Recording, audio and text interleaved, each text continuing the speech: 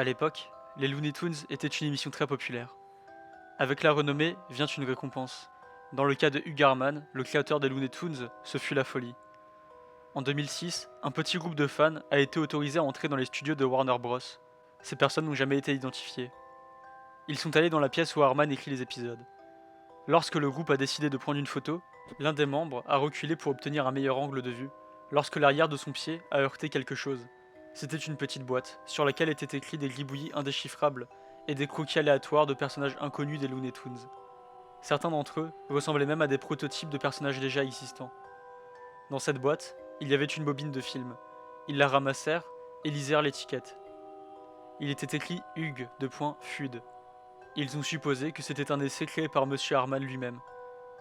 Ils étaient excités et se dirigèrent rapidement vers le projecteur déjà installé. Ils ont placé la bobine et démarré le projecteur. Ce n'était pas un projecteur vintage, mais plutôt un projecteur moderne qui scannait la bobine et l'affichait ensuite. Les employés l'avaient installé pour le groupe, pensant qu'ils voudraient voir de vieux dessins animés. Ils commencèrent à regarder le film. Les informations suivantes ont été collectées lors de l'analyse de la vidéo. Au départ, il n'y avait rien d'autre que du statique, comme si la bobine elle-même interférait avec le projecteur.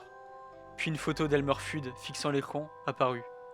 Les yeux d'Elmer étaient bombés et plus réalistes que ce que l'on voit habituellement dans ces dessins animés. Son chapeau, cependant, était tout l'inverse. Il était mal dessiné et la couleur semblait être griffonnée.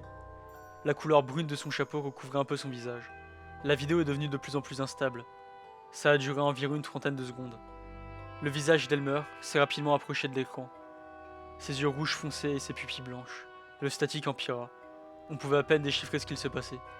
Tout ce que l'on entendait était un homme qui criait à plusieurs reprises, comme s'il était torturé. Ça a duré environ 30 secondes, puis à mesure que les cris disparaissaient, une image apparaissait à l'écran.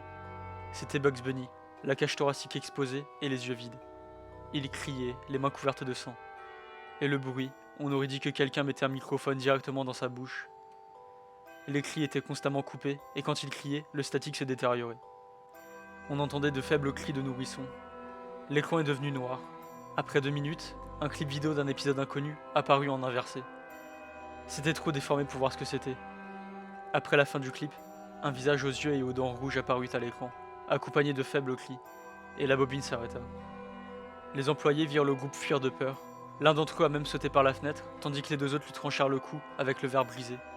Le dernier disparut, il n'a jamais été revu avant 2007, quand il revint dans les studios pour voler la bobine. Et ce vol pourrait expliquer pourquoi l'épisode fut téléchargé sur YouTube. La question est, pourquoi il lui a fallu attendre jusqu'en 2011 pour la publier sur le net?